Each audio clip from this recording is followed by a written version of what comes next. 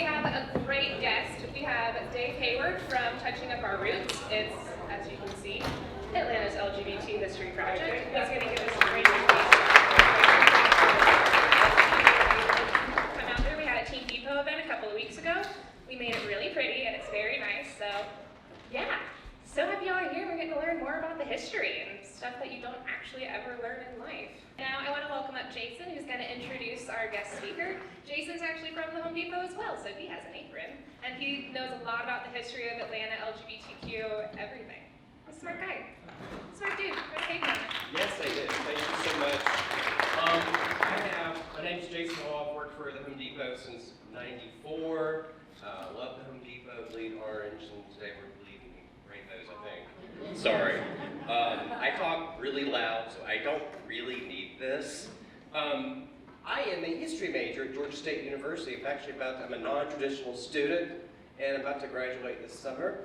And I kind of hijacked all of my history classes and wrote about LGBT Atlanta history and also North American LGBT history. And the reason I did that is because I didn't know anything, because it's not taught in school. And you don't know it until you see something on Google, because we live in a wonderful world today. But 10 years ago, we had to go and seek this out. So through my own studies, I met people and so forth, and I met Dave Hayward, who's been in Atlanta since 72. He was there for all of it. He is still here doing it, and we adore him for it. And he is not only a phenomenal historian, but he's also a great friend and a wealth of knowledge. So Dave Hayward, coordinator of Touching Up Our Roots, Incorporated, Georgia's LGBTQ Story Project. Please come on out.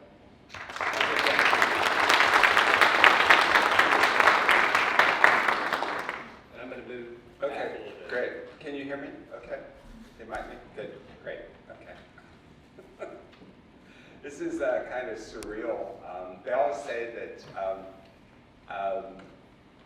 excitement is a breath away from anxiety. So if you're really anxious, take a deep breath, and then you're excited. It's like, wow. Because actually, public speaking is not a natural thing for me, but I decided I wanted to do this, so here I am.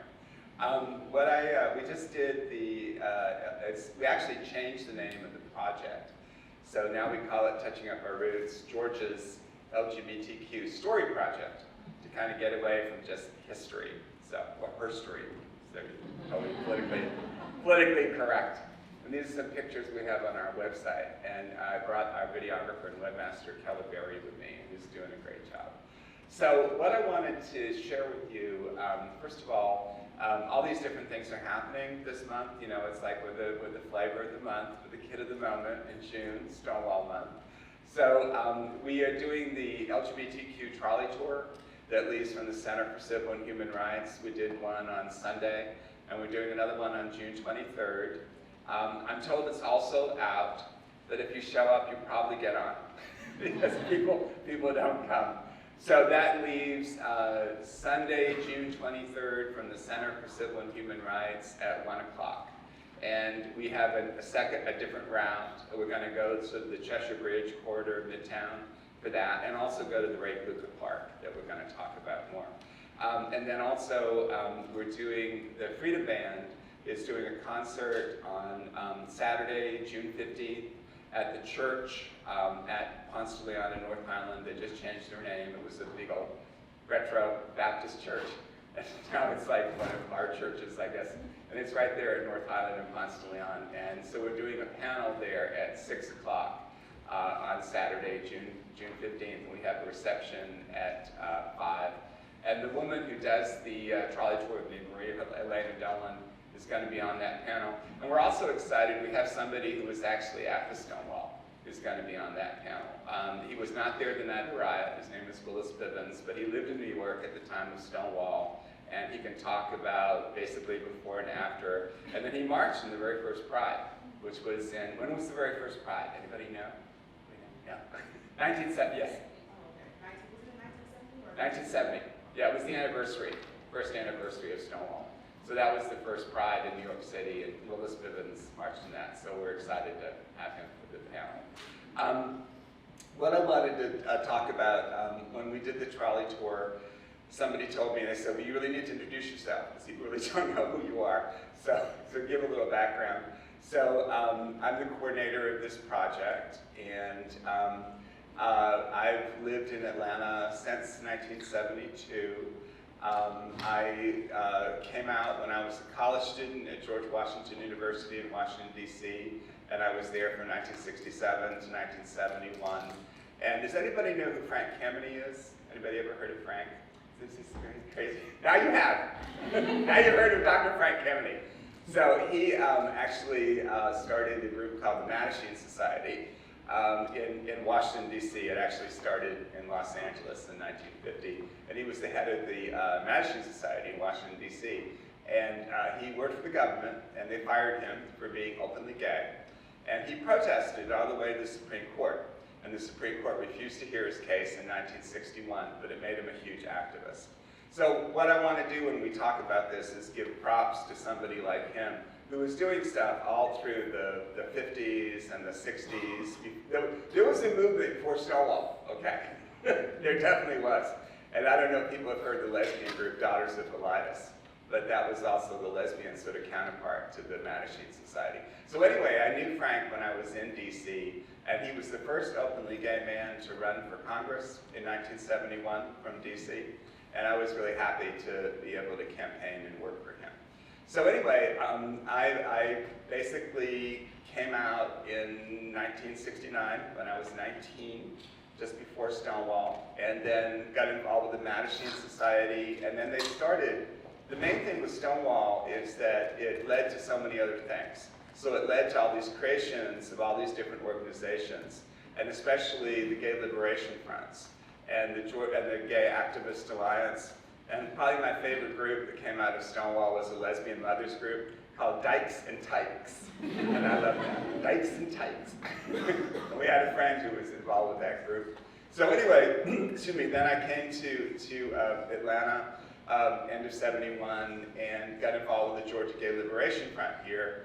And then I've been involved ever since. And it's really sort of ironic to me that I should be one of the people who's still here, because I've done a lot of writing. I'm basically, first and foremost, a writer. And I've written for all kinds of publications, local, regional, national, international. I've had stuff in The Advocate, Frontiers, that kind of thing. I wrote for the theater newspaper Backstage in New York for a long time. I was kind of the regional correspondent. But what I want to say about that is that it's funny to me that I should still be here, because when I first got involved in everything, back in 1970, people would talk all about, Beijing and Moscow and being politically correct and socialist and communist. And I was always kind of, can't we talk about Broadway or Hollywood? I mean, I'm much more interested. So most of the things I've written as a writer actually have been about features and entertainment and that kind of thing. And I'm going to segue to Jason, who's going to talk about the Ray Kluka Park, and we'll talk some about Ray. But what I wanted to share with you before we get into that, one of the things I've done is, have people heard of the LGBT Institute at the Center for Civil and Human Rights? There is an LGBT Institute at the Center for Civil and Human Rights downtown. And they actually sponsor the trolley, Atlanta Pride, Touching Up Our Roots, the LGBT Institute. So they opened in 2015 at the center, and they asked me to write the narrative for the exhibit they had. So I want to just kind of share with this, and this give us probably a good context. So this is the introduction to the LGBT exhibit that opened in 2015 at the Center for Civil and Human Rights. Excuse me. What a long and strange journey it is. The success of the LGBT rights movement may now seem meteoric, not necessarily these days, but almost every increment forward was excruciating. In the Deep South and the bosom of the Bible Belt, the LGBT march towards freedom is unique, even as Atlanta itself is unique. What Atlanta was and is a mecca for all kinds of alienated people, LGBT rights and freedoms flourish today after condemnation from the pulpit and from social conservatives at large. In a way, the movement has brought Bible Belt out of bondage to gender-conforming norms, now archaic. Pity the poor zealots. For the millennials, the debate over LGBT rights seems to be a debate no more. Simultaneously, the timeline shows how much division and turmoil went on within the LGBT community over gender and race and over overt protest when gay bars threw out the proponents promoting pride. That's an experience I had in 1972. We went to 2 gay bars to promote pride, and they said, they threw us out. They evicted us. And pardon my language, but they said, we don't want any of that radical shit. So we were kind of fighting the bars, a couple of the bars anyway, back in the very beginning. When the Pride marches passed without major incident, it was clear that LGBT rights spoke to another Atlanta tradition of fomenting human and civil rights and making social justice happen. In truth, being the city too busy to hate. And the crucible of Dr. Martin Luther King Jr. and the civil rights struggle. Here, opponents wrap themselves in sanctimony, calling themselves citizens for a decent Atlanta, no less. And everybody remembers Anita Bryant, right? Save our children? Okay. And even inadvertently became fundraisers for the community and helped shove heterosexual people off the fence and into the streets to step in solidarity for all people's rights. Above all, LGBT people and old allies and new allies rallied together in the catastrophe of AIDS, evolving to a greater public profile and political clout at heartbreaking loss. What I want to do is introduce Jason Hall, and there are 2 public spaces, as far as I know, only 2 public spaces in Atlanta and Georgia that are dedicated to gay men. And one is the Ray Kluka Park, which is in Midtown at Monroe Drive and Greenwood Avenue. And then the John Howell Park was on Virginia Avenue. So I want Jason to talk a little bit about the park and about Ray Kluka.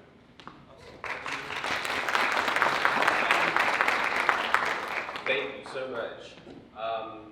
As I said, I'm a history student at Georgia State downtown. And 4 or 5 years ago, I had an assignment. The course was Metropolitan Atlanta. And it was all about basically post-Civil War through modern day urban planning and buildings and highways. And I had to write a term paper in that class because that's what you do in history courses. So I wrote about Ray Kluka, who I always mispronounce. And because at the time I was just curious about Atlanta history in general, but also Atlanta gay history. And the way I got curious about that, I got my bookmarks here, there's this really neat book that a archivist, he's a Wesley Chenault, but at the time he was an archivist at Atlanta History Center, and Maria Dolan and a lot of her friends, and you might have been a part of that too, Dave. Oh, yeah. Did the Atlanta History Project thing Right. or something. And Yeah, so, that's been a history thing. there you go. Yeah. So that's like late 80s, early 90s? Early 90s. Early 90s. Very nice. So they eventually, they took all their newspapers and all their stuff, and they would go to festivals and try to talk about gay history, LGBT history. And I don't know, did you guys do that for 5 or 10 years or so? Less?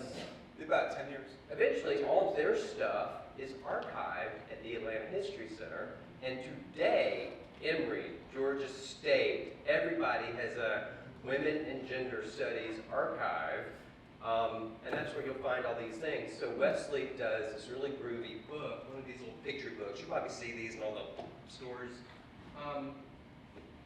And now I'm reading through this because I love to read and I love history, and I come across Ray, and I'm like, I've seen this someplace in Midtown. And I'm a go find stuff kind of guy, and that's where I got my topic for my paper. I'm long-winded, sorry. So really quick, so I took it was just a 10-page term paper, and I took some chunks out of it. And forgive me, I'm going to lightly walk through this so we know who Ray was, so that we can remember, and when we do our team depots, this is Ray, by the way, and his mustache. And glasses. There's some really groovy pictures of Ray. The one in the book of him is, he looks really good. So Ray Kluka was born October 23rd, 1952 in Berlin, Illinois, which is a suburb of Chicago. He is the son of John and Bernice Kluka and a brother to David. His family is still up there, they're still alive. He graduated from Morton West High School, earned a degree in sociology from Northern Illinois University in 1975. Additionally, he earned a secondary teacher certification in '76. He moves to Atlanta. Oh, really quick, all through school, Ray was just one of those people who's an activist by nature. He's just a doer and a toucher. He was the guy that was in your dorm, leading, organizing, volunteering. Some of us are born from that cloth, and others were like, just tell me where to go. But he was just a natural-born organizer. He comes to Atlanta in 1976 and takes a job, because he had been job hunting, and comes to Atlanta in '76 to take a job at Georgia Tech. And while he's there, and part of this history that I researched from primary sources was a little sketchy, and some of it was oral from oral history interviews, Dave and a few other folks that knew Ray. He had a job, and they implemented, and I quote, "During his tenure at Tech, the university instituted a homophobic policy restricting use of recreational facilities to family members related by blood or marriage." That's pools, gyms, tennis courts, jogging, track and field. And Ray, being the guy he is, said, no, you can't do this. So come 1978, Ray's looking for another job. So, because you got fired when you stick your neck out. By 1979, Ray is director of the Atlanta Gay Center. He is credited with, quote, with turning the perpetually fledgling Gay Center around and making it a viable resource to gay Atlanta. The center's main goal was education. It provided a crisis hotline, meeting space, and community outreach. He was also the co-chair, 1979, for the Southern Committee for the first National Gay Rights March on Washington. Ray was involved with Tuesday Association, a Democratic gay political activist group, gay advisory panel for the City of Atlanta Police Department, Gay Pride Committee for several years. He involved and was on that. By '86, Ray is working as an associate editor for Etc. magazine, which is one of those little typical free weeklies that you get when you go to the bars. I think you have like Project Q and David or the different ones. Same thing, but 1986. By the way, all of those are archived in your local universities. 87, by 1987, he is elected to two terms as Midtown Neighborhood Association president. And then 87, he is awarded the Gay and Lesbian chapter of the ACLU, recognized Ray's contributions by bestowing him the first national annual Martha Gaines Award. All of that you see on the plaque when you're down at the park, or his green memorial. Ray dies in 1989.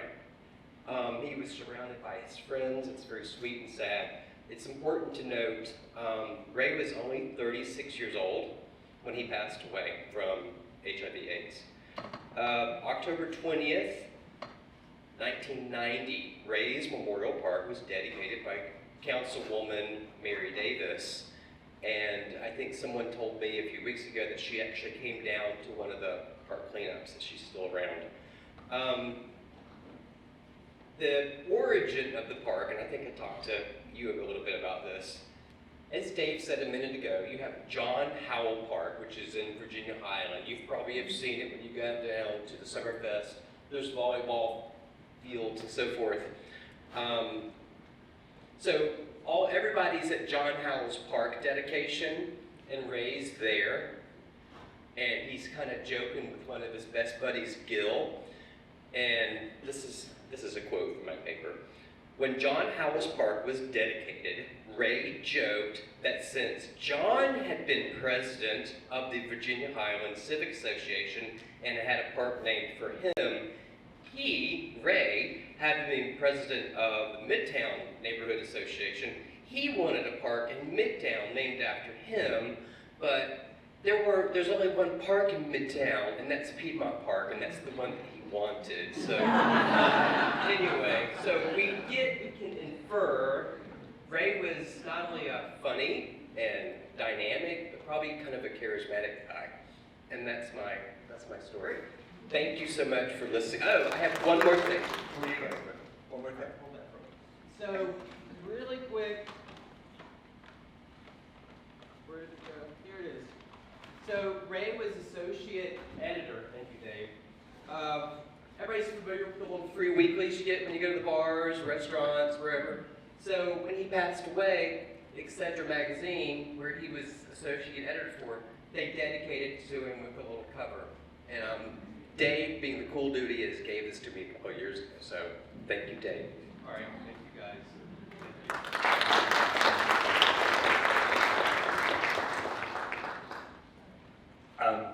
Thanks, Jason. That's great. Off that perspective, and I think that you all, Home Depot, is kind of taking on the park as a project, or there's opportunities for that anyway.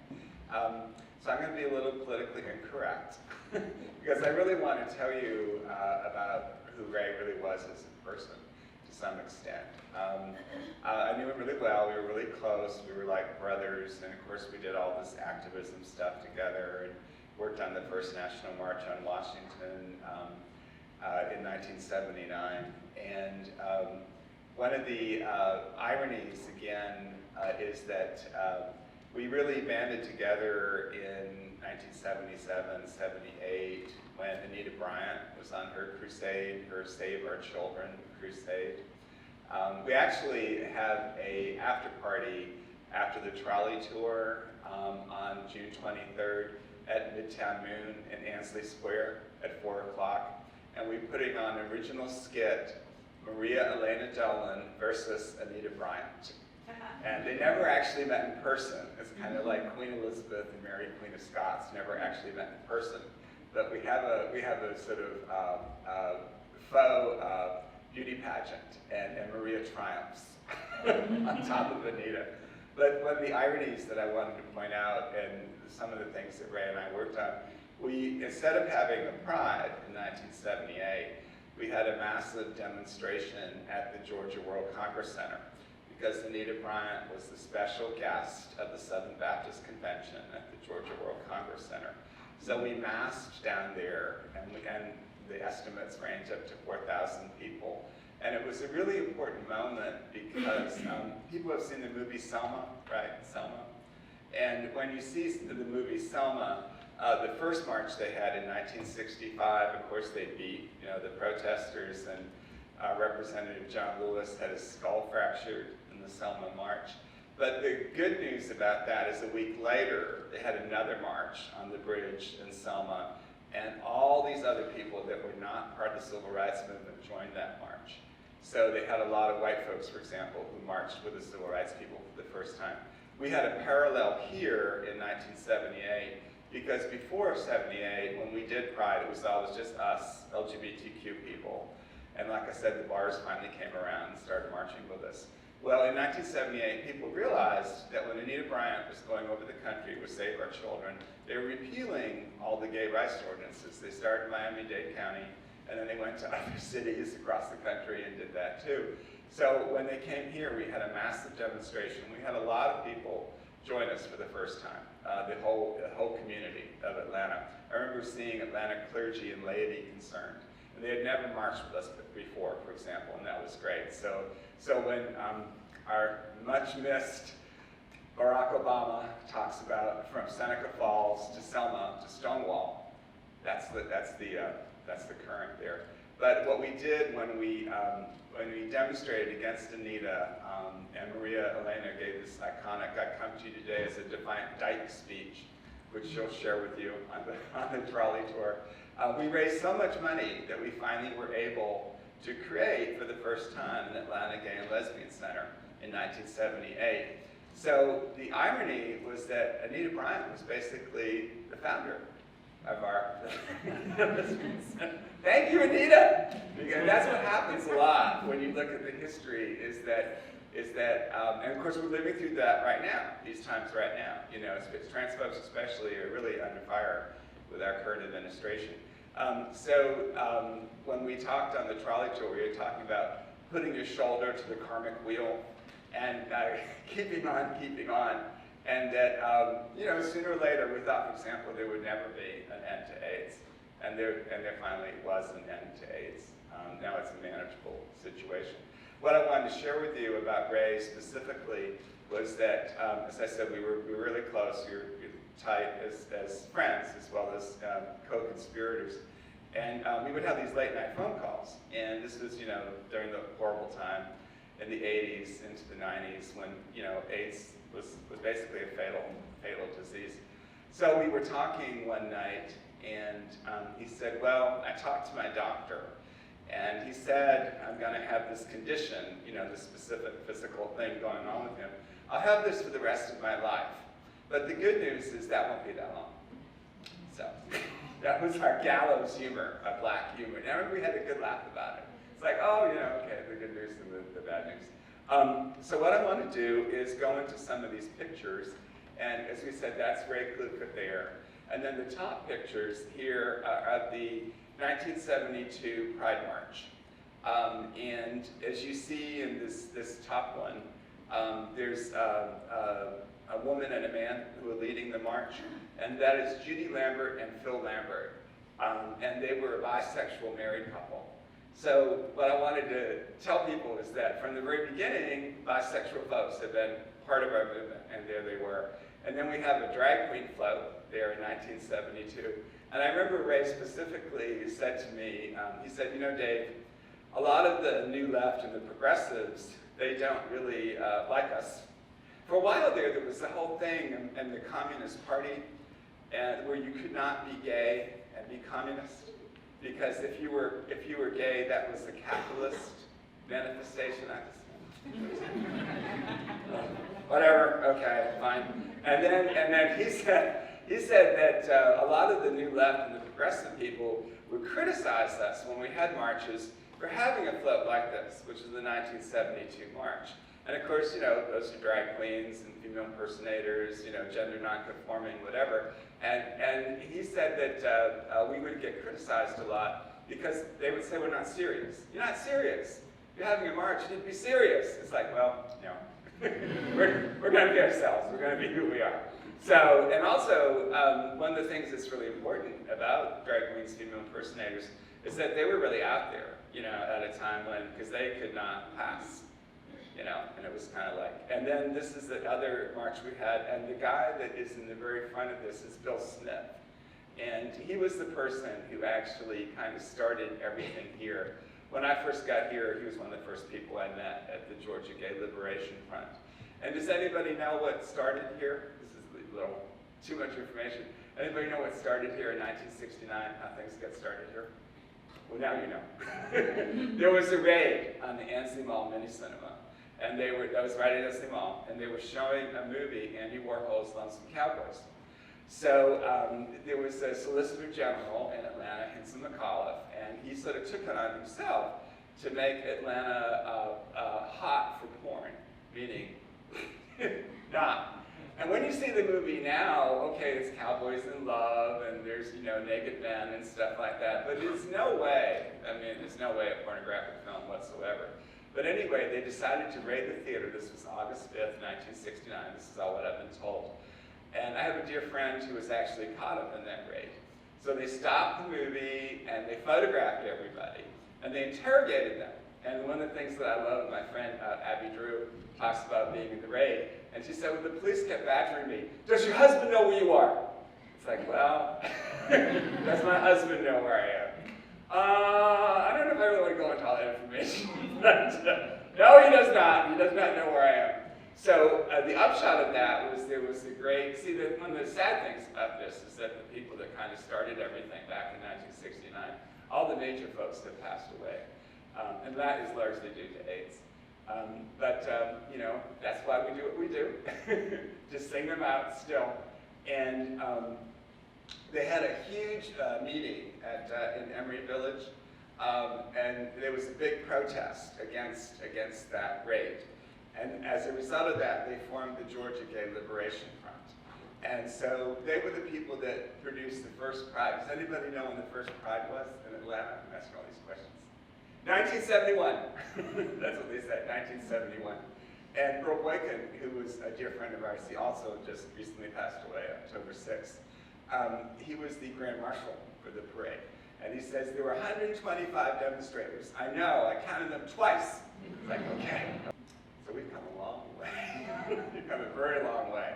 And in 1972, I was one of the people that helped to create the parade. As you can see, we were marching the streets. So when we talk about the first march, it was like 71 was the first march, and 72 was the first march in the streets. You know, we got off the sidewalk. So let's see.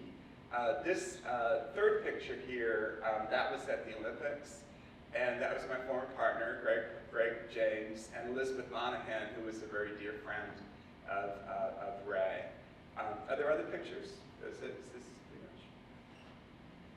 I guess that's it. So I could go into, you know, like the whole chronology, but I'd rather sort of, you know, have questions or comments, or if people want to, anything. Go ahead. I'll just say, I'll jump in here for a second. What I think, I don't know if I need this, what I think is really cool about these photographs, a couple things, because I'm a history nerd. These two pictures, left, right, that is Peachtree Street in Midtown, facing south. And if you, I know these are a little grainy, but that's Colony Square under construction, just to put it in context. So we're living in a world where Colony Square, and we know that because I like architecture, it's an enclosed environment, because that was the style, and now they're busting it open to make it street activity with people. Ray, again, he's very 1978 looking there, 79. The other thing, Boyd Lewis is a major, That's right. huh? Yeah. Is a major contributor to a lot of different histories in Atlanta. And you're gonna see his name scribbled on these snapshots here. Let me tell you a little bit about Boyd Lewis for a second. He's a professional photographer, and he's a straight man. And the only reason that these pictures exist was because he was dating a woman, and she said, come on, let's go to the gay pride rallies. It's like, really? And it turned out he was dating a woman who was a lesbian, but as a result, we have these pictures. I'm gonna come back to my book really quick. I want you guys to go on Amazon and buy this, Gay and Lesbian Atlanta History. It's just one of these little picture books. It is probably $12 or $15. It's $19.99. And because I say that to you because I care that much. It's fun, it's cool, and with this book and some of the other Atlanta history books, you can go to Piedmont Park and open it up and go, oh my God, that's where this is. Boyd Lewis, so many historians and different publications use his photographs. He's the guy, when they restored the Margaret Mitchell house, remember it was being restored and then it burned and they had to do it again. It's his photographs. If you've been down and you've done the Gone with the Wind tour and learned about Margaret Mitchell and how she wrote her one book, it's his photographs. You know, there's on the Newell Post, because the house was burned so bad and it was chopped up into apartments because it was originally a single family home. They used his photographs as the primary document to restore it back. So Google Boyd Lewis, Google Bill Smith. He had a newspaper. Am I taking off your stage here? Bill Smith was a really neat guy. He died 1980. in 1980. But he actually died of, I believe, a drug overdose. Yeah. So, but he is credited with one of the first tabloid-size newspapers that was really kind of catered to gay men, but it was everybody LGBT. So he was out there, community activist, publisher, did a lot with the gay centers. So I'm going to be, again, politically incorrect. He founded the Barb, right? The first LGBTQ newspaper in Atlanta. And the way he supported it was he had an escort service called Young Man Atlanta. That was how he supported the newspaper. It's true. It's true. This is warts and all. The whole story, the real story, the real deal. But the great thing, yes, this is 1999. When I was doing my research on Ray, there's a neat picture of the Barb. I don't know where this comes from. I thought, well, maybe it's a reference to Barbra Streisand, or barbed wire is the font. I have no idea. I still don't know. I haven't found it yet. But the items that they archive at the Atlanta History Center, there's a box. If you've ever slogged through a history paper project and you have to go through primary documents, I thought this was, yay size. And I'm having a history geek moment because it's as big as like creative loafing. And I was just going through this thing. And it's written from that mid-70s activist, the great speckled bird, we're going to fight for the right. Alternative newspaper. So it's written with that voice and has lots of innuendo in it. But if you're a history nerd, call me. I'll put it down there and show you. It's just the coolest thing. One of the things I want to say too is that it's kind of hard when we talk about it. We talk about how everyone was basically on the down low before Stonewall, which I think is basically true. And then also, when we're talking about the late 60s and the 70s, there was no internet, right? There was no social media. So we had to rely upon like newspapers and flyers and posters and things like that. And basically, the Atlanta Journal-Constitution would not cover us. The only time I remember we got really major play was when there was the double murder of 2 gay men in a home invasion, and that was the front page story. That was the headline. Other than that, a lot of times we couldn't get covered. So what I really want to give props to is WRFG, Radio Free Georgia, and also the Great Speckled Bird, which was an alternative newspaper, an underground, quote-unquote, newspaper. And they would cover us when no other media outlet would. Because it was hard for us to get attention, to get publicity, to get recognition. And like I said, we had that situation that Earl described when the Georgia chapter of the ACLU said you were not a minority. So it's been uphill all the way. And when we talked on the trolley tour, Maria Elena Dolan actually quoted John Lennon when she said, "You got to put your shoulder to the karmic wheel." So that's your charge. Anyone, if you're LGBTQ or ally, whatever, because really right now, I really feel for a lot of younger people, living through the times that we're living through, and we really have our rights under fire. So, but the thing that I have experienced, over the years, and it's almost 50 years for me now, is that we prevail. I mean, we come out on the other side. And people like Anita Bryant, they go away, Save Our Children, and Jerry Falwell, and people like that.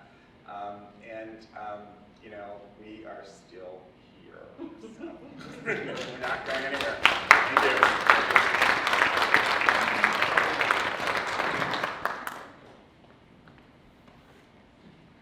Good? Oh, I'm not. So guys, give another round of applause for Dave.